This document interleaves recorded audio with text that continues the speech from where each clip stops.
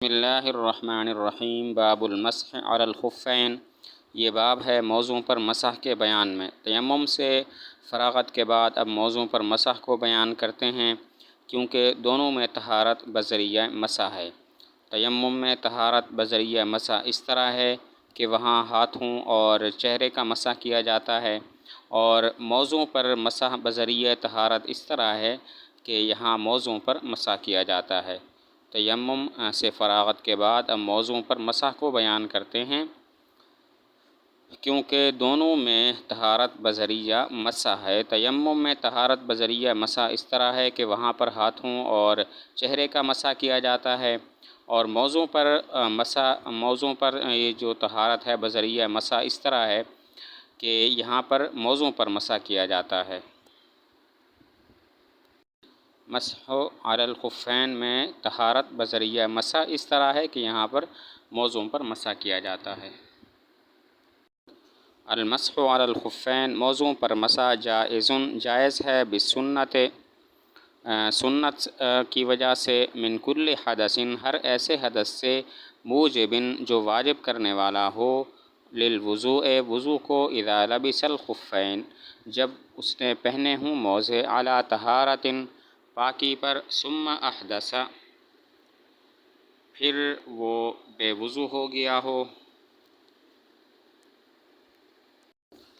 موضوع پر مسح سنت سے ثابت ہے بسنہ، بعض لوگوں پر رد ہے۔ بعض لوگ کہتے ہیں کہ موضوع پر مسح قرآن سے ثابت ہے، کیونکہ ایک قرأت میں وارجلکم جر کے ساتھ ہے، اور اگر جر کے ساتھ پڑھتے ہیں تو پھر اس کا مطلب مسح ہی نکلتا ہے، لہذا موضوع پر مسح قرآن سے ثابت ہے۔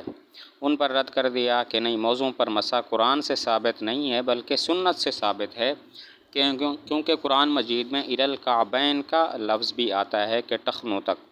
اب ظاہر ہے ٹخنوں تک تو موضع میں مسح نہیں کیا جاتا، وہاں پر تو صرف دھویا جاتا ہے، تو ثابت ہوا کہ اس کا ثبوت سنت سے ہے، قرآن سے نہیں ہے۔ موضوع پر مسح سنت سے ثابت ہے بسنہ، بعض پر رد ہے، بعض کہتے ہیں موضوع پر مسح قرآن سے ثابت ہے، کیونکہ ایک قرأت میں ہے وَأَرْجُلِكُمْ جر کے ساتھ۔ اب جر کے ساتھ جو قرأت ہے اس سے صرف یہی معلوم ہوتا ہے کہ موضوع پر مسح جو ہے وہ ثابت ہے، جائز ہے۔ تو ان پر رد کر دیا کہ موضوع پر مسح قرآن سے ثابت نہیں ہے، کیونکہ وارجلکم پڑھیں یا وارجلکم پڑھیں، آگے ہے الی الکعبین، ٹخنوں تک۔ اب ظاہر ہے ٹخنوں تک تو موضع میں مسح نہیں کیا جاتا، ان کو صرف دھویا جاتا ہے۔ ثابت ہوا کہ موضوع پر مسح قرآن سے ثابت نہیں ہے، سنت سے ثابت ہے۔ اب اس پر سوال ہوتا ہے کہ بالسنہ کہا، بالحدیث کیوں نہیں کہا کہ موضوع پر مسح حدیث سے ثابت ہے؟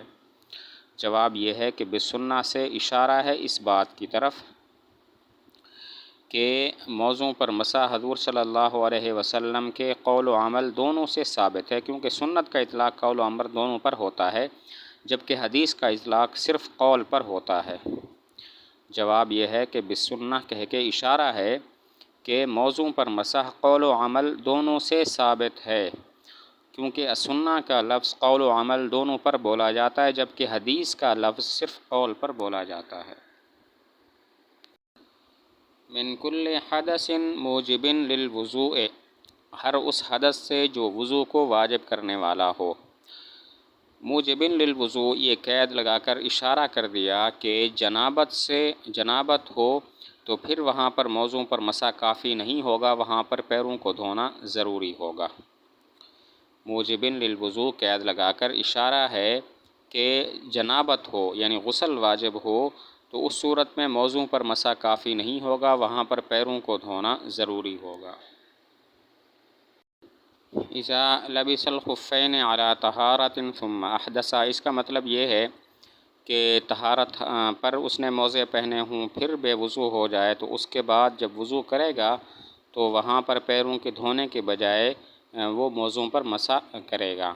اذا لبس الخفین علی طہارت ثم احدث، اس کا مطلب یہ ہے کہ اس نے موزے پہنے ہوں طہارت پر، اور پھر اس کے بعد بے وضو ہو جائے، یعنی طہارت کر لے اس کے بعد اگر بے وضو ہو جائے تو اب وہ موضوع پر مسح کر سکتا ہے۔ اب یہاں پر یہ مطلب نہیں ہے کہ طہارت کاملہ پر اس نے موزے پہنے ہوں، بلکہ اگر وہ پیر دھو لے، اس کے بعد موزے پہنے، پھر پورا وضو مکمل کر لے، اس کے بعد بے وضو ہو جائے، تب بھی مسح درست ہو جائے گا۔ اس کا یہ مطلب نہیں ہے کہ طہارت کاملہ پر اس نے موزے پہنے ہوں، بلکہ یہ بھی جائز ہے کہ اگر پیر دھو لے، اس کے بعد موزے پہن لے، اس کے بعد وضو مکمل کر لے، اس کے بعد اگر بے وضو ہو جائے تو اس پر موزوں پر مسح کرنا جائز ہو جائے گا۔ فَإِنْ كَانَ مُقِيمًا، پس اگر وہ مقیم ہو، مسح یوماً ولیلتاً، مسح کرے ایک دن اور ایک رات۔ وَإِنْ كَانَ مُسَافِرًا، اور اگر وہ مسافر ہو، مسح ثلاثة أيام ولیالیہا، مسح کرے 3 دن اور 3 راتیں۔ وَإِبْتِدَاؤُهَا، اور مسح کی ابتدا ہے عقیب الحدث، حدث کے بعد۔ مسح کی مدت بیان کی کہ اگر وہ مقیم ہے تو 1 دن اور 1 رات مسح کرے، اور اگر وہ مسافر ہے تو پھر 3 دن اور 3 راتیں مسح کرے، اور مسح کی ابتدا حدث کے بعد ہوگی، یعنی حدث کے بعد مسح کا وقت شمار ہوگا، 1 دن اور 1 رات یا 3 دن اور 3 راتیں۔ مسح کی مدت یہ ہے کہ اگر مقیم ہے تو پھر 1 دن اور 1 رات مسح کرے، اور اگر وہ مسافر ہے تو پھر 3 دن اور 3 راتیں مسح کرے، اور مسح کی ابتدا حدث کے بعد ہوگی، یعنی جس وقت بے وضو ہوگا اس وقت سے مدت کا آغاز ہو جائے گا۔ وجہ اس کی یہ ہے کہ موضع سرایت حدث میں رکاوٹ ہے، لہذا مسح کی مدت کی ابتدا بھی رکاوٹ کے وقت ہونی چاہیے، اور رکاوٹ کا وقت حدث ہے۔ موضع سرایت حدث میں رکاوٹ ہے، موضع رکاوٹ ہے کہ حدث سرایت کر جائے، لہذا مسح کی مدت کی ابتدا بھی رکاوٹ کے وقت سے ہونی چاہیے۔ رکاوٹ کا وقت چونکہ حدث کا وقت ہے، اسی وجہ سے مسح کی مدت کی ابتدا بھی حدث کے بعد ہوگی۔ والمسح علی الخفین، اور موزوں پر مسح علی ظاہرہما، ان کے ظاہر پر ہوگا، خطوطاً خط کھینچتے ہوئے، بالاصابع انگلیوں کے ساتھ، یبتدئ شروع کرے، من الاصابع انگلیوں سے، الی الساق پنڈلی تک، وفرض ذالک، اور اس کا فرض، مقدار 3 اصابع 3 انگلیوں کی مقدار ہے، من اصابع الید ہاتھ کی انگلیوں میں سے۔ مسح کی کیفیت بیان کی کہ موزوں پر مسح ان کے ظاہر پر ہوگا، اور طریقہ یہ ہوگا کہ انگلیوں کے ذریعے خط کھینچتے ہوئے مسح کریں گے، پیروں کی انگلیوں سے ابتدا کریں گے اور خط کھینچتے ہوئے پنڈلی تک لے جائیں گے۔ یہ مسنون مقدار ہے، البتہ فرض مقدار ہاتھ کی 3 انگلیوں کی مقدار ہے کہ اس سے بھی فرض ادا ہو جائے گا۔ موزوں پر مسح ظاہر پر ہوگا، ان کی ظاہری سطح پر ہوگا، انگلیوں کے ذریعے خط کھینچیں گے، پیر کی انگلیوں سے شروع کریں گے اور خط کھینچتے ہوئے پنڈلی تک لے جائیں گے۔ یہ مسنون مقدار ہے، فرض مقدار ہاتھ کی 3 انگلیوں کی مقدار ہے۔ اب موزوں پر مسح ان کے ظاہر پر ہوگا، اس پر دلیل حضرت علی رضی اللہ تعالیٰ عنہ کا ارشاد ہے کہ اگر دین رائے کی بنیاد پر ہوتا تو موضع کے نچلے حصے پر مسح کرنا زیادہ بہتر ہوتا اوپر والے حصے پر مسح کرنے سے، لیکن میں نے رسول اللہ صلی اللہ علیہ وسلم کو صرف بالائی حصے پر مسح کرتے ہوئے دیکھا ہے۔ موزوں پر مسح ظاہر پر ہوگا، اس پر دلیل حضرت علی رضی اللہ تعالیٰ عنہ کا ارشاد ہے کہ اگر دین رائے کی بنیاد پر ہوتا تو موضع کا نچلا حصہ مسح کے لیے زیادہ بہتر ہوتا بنسبت بالائی حصہ کے، لیکن میں نے رسول اللہ صلی اللہ علیہ وسلم کو صرف بالائی حصے پر مسح کرتے ہوئے دیکھا۔ ولا یجوز المسح، اور مسح جائز نہیں ہے، علی خف ایسے موزے پر، فیہ خرق کثیر، جس میں زیادہ پھٹن ہو، یتبین منہ، اس سے ظاہر ہو، قدر 3 اصابع الرجل،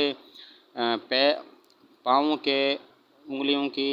کے 3 انگلیوں کی مقدار، وَإِنْ كَانَ أَقَلَّ مِنْ ذَلِكَ، اور اگر اس سے کم ہو، جاز تو جائز ہے۔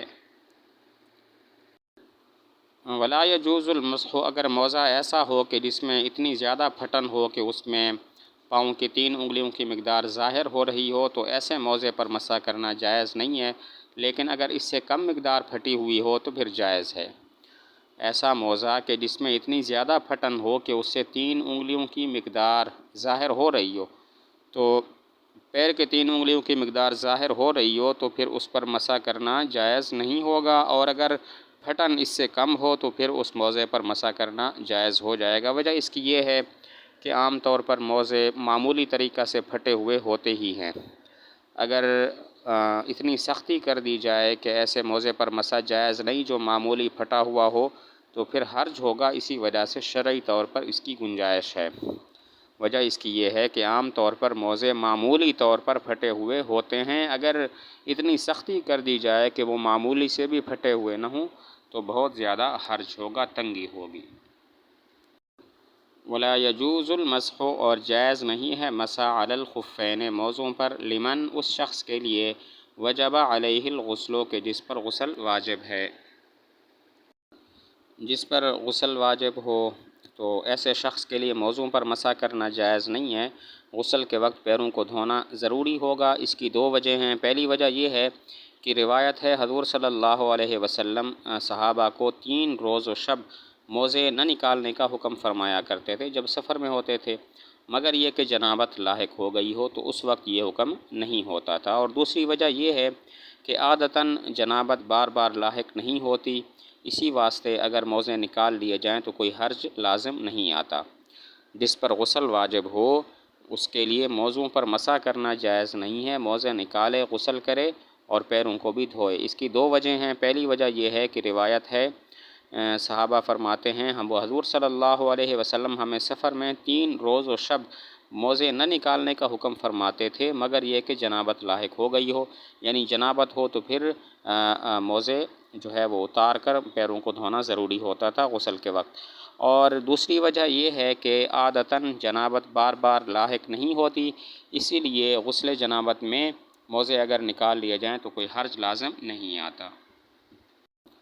وَيَنْقُضُ الْمَسْحَ، اور توڑ دیتا ہے مسح کو، توڑ دیتی ہے مسح کو، ما وہ چیز ينقض الوضوء جو توڑ دیتی ہے وضو کو، وَيَنْقُضُهُ أَيْضًا، اور نیز اس کو توڑ دیتا ہے نزع الخف موزے کا اتارنا، ومضی المدت، اور مدت کا گزر جانا، فَإِذَا مَضَتِ الْمُدَّةُ جب مدت گزر جائے، نزع خفیہ تو اتارے اپنے دونوں موزوں کو، وغسل رجلیہ اور دھوئے اپنے دونوں پاؤں کو، وصلی اور نماز پڑھے، ولیس علیہ اور اس پر لازم نہیں ہے اعادۃ بقیۃ الوضوء بقیہ وضو کو لوٹانا۔